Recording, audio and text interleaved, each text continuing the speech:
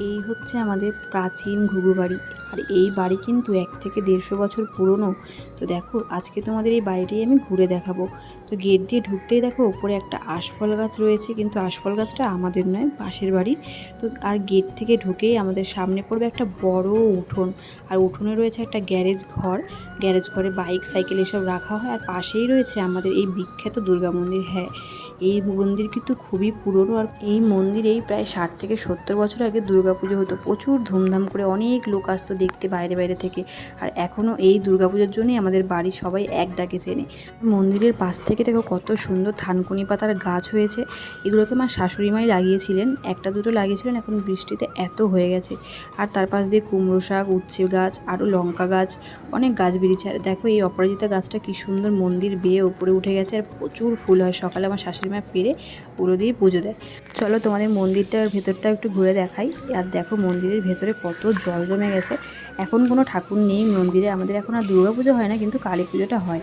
আর কালী পুজোর সময় প্রত্যেক বছর মন্দির রং করা হয়। আর মন্দিরের এই মাঝখানটায় মা দুর্গা থাকতেন, আর তার এক পাশে থাকতেন লক্ষ্মী গণেশ, আর এক পাশে হচ্ছে কার্তিক সরস্বতী।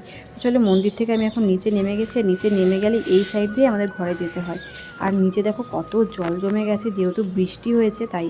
বৃষ্টি হলেই আমাদের এই পাশটায় জল জমে যায়, যেহেতু পাশে একটা পুকুর আছে, অনেক পুরনো পুকুর।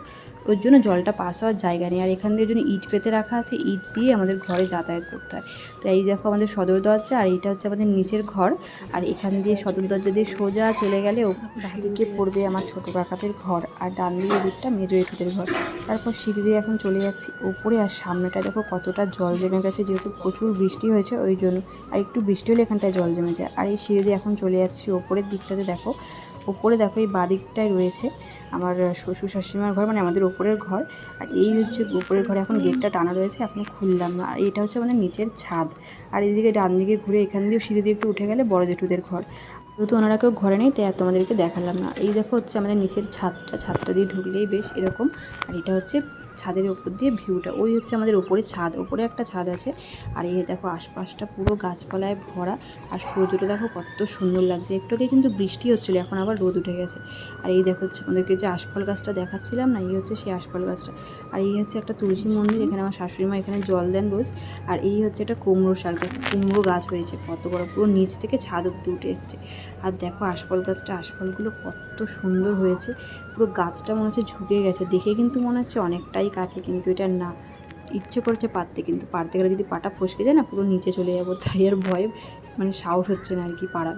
দেখো কত আশফল হয়েছে। আর আশফল খেতে কে কে কে ভালোবাসো অবশ্যই কিন্তু কমেন্টে জানিও। দেখো পুরো ঝুড়ি ঝুড়ি আশফল হয়েছে। দেখো কতটা রোদ উঠে গেছে। তো আজকের ভিডিওটা আমি এখানেই শেষ করলাম। আর তোমাদের ভিডিওটা কেমন লাগলো অবশ্যই কিন্তু কমেন্টে জানিও।